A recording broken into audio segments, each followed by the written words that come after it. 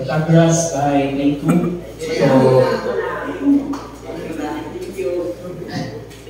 So, introduction, table of content, introduction, Plato, persons of the dialogue, synopsis, the major themes, and the conclusion. So let's go on the introduction. So, Plato's Protagoras, written on 380 BC by Plato, so stands as a seminal work in the canon of ancient Greek philosophy. Ano siya, nag-explore siya sa nature sa virtue and the interplay or the conversation between Socrates and Protagoras. So, at the heart of this Protagoras lies the dialectical exchange between Socrates, the emblematic philosopher, and Protagoras, a renowned sophist. So, Socrates is known for his method of inquiry, commitment of seeking truth through dialogues. Kasagaran niya ang mga kuan is through method of inquiry at the same time a dialogue. So, i-challenge niya si Protagoras for the assertion of the nature of virtue and wisdom. So, Protagoras, on the other hand, embodies the ethos of the sophists. They are known, they are educators, rhetoricians, and for Protagoras, sa iyang claim kay a belief that virtue can be taught below ang virtue, positioning himself as a further wisdom and moral instruction. So the central of this dialogue is the ibalik exploration of virtue, and the Socratic method dialectic serves as the tool of unrevealing complexities of virtues, and second is, in addition to its exploration of virtue, Protagoras also served as a critic of sophistry. So, noon naman criticize ni Socrates ang mga sophists for their teaching the rhetoric for free, and through the Plato, through the character of Socrates, unveils the pitfalls of history. So engaging the dialectical exchange between their conversation. So let's go on the author of this dialogue, which is Plato, born in 427 BC in Athens, the teacher of the student of Socrates and the teacher of Aristotle, and he was known as primarily work is a word of forms, and it's a form of dialogue sa dalang ng iyang writings. So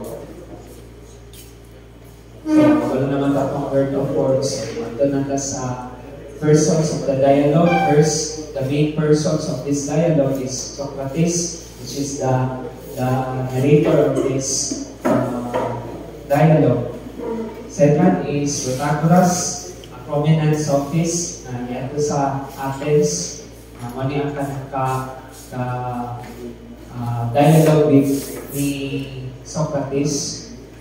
Then the other one is Hippocrates, a young man who seemed to become yung estudyante ni Protagoras.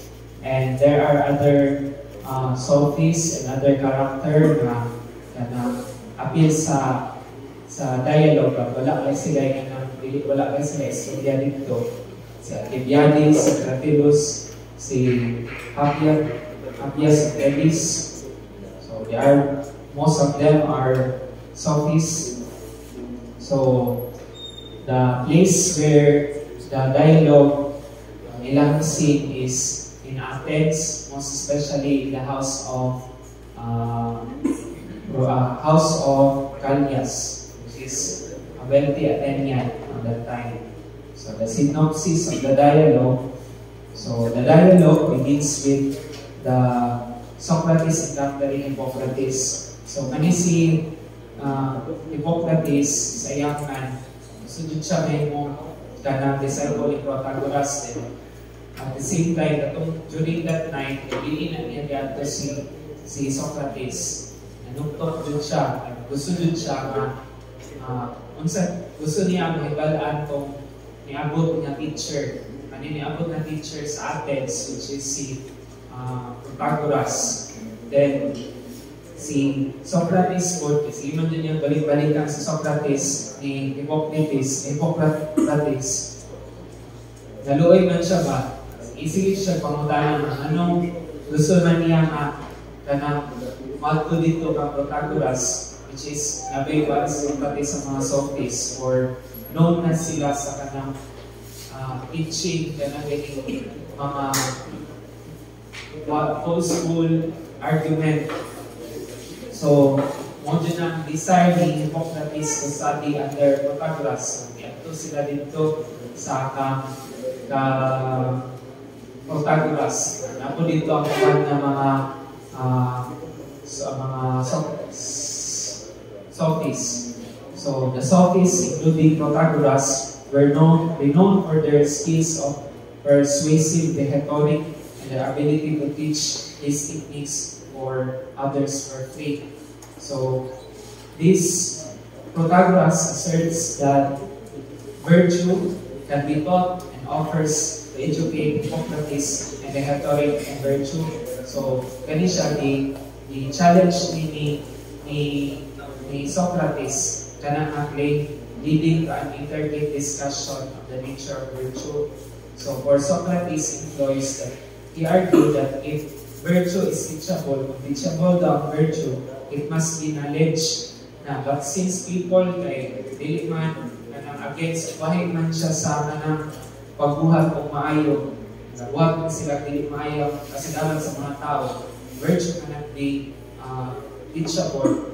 It's just simply a form of wisdom or excellence which is necessarily teachable. So, mara dun yun, balik-balik ang ilahang conversation within this one. If virtue is teachable, but si Protagoras, kay independent his position, paano siya nga, paano lagi, virtue is needed to be taught and individuals in accordance with what they believe and the best from them at all times. But in the end, so wala may nagpability dun sa ilaha, samot man sila kagupot sa story. So, the dialogue remains inclusive with both Socrates and Protagoras, presenting compelling arguments which without reaching definitive solutions. So, wala siya solution ang ilahang argument kung ang virtue could be taught.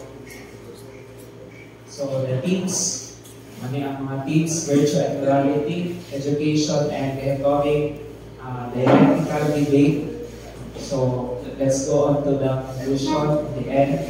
Protagoras stands as timeless exploration of fundamental questions of virtue, wisdom, and education. Plato, through the character of Socrates, in a challenge, dinhi ang mga sophists in the claim of virtue could be taught. Furthermore, Protagoras raises important question about the nature of education, the role of shaping individual and society. So, Socrates is concerned about the potential harm of teaching maning iyang ginapaan si Hippocrates kay di siya gusto nga si Hippocrates kay ma-influensyahan siya sa mga sophists during that time. So, in conclusion, Protagoras by Plato serve as a provoking inquiry to the nature of virtue. So, walang siguro lang inunduman na wala sila inclusive answer kung ang virtue could be taught kay para sa ilaha, wala sila nagkakuan ni Socrates at ni Protagoras. Si Protagoras yung claim na virtue could be taught by Socrates when it's not. So that's all that I have. Yes.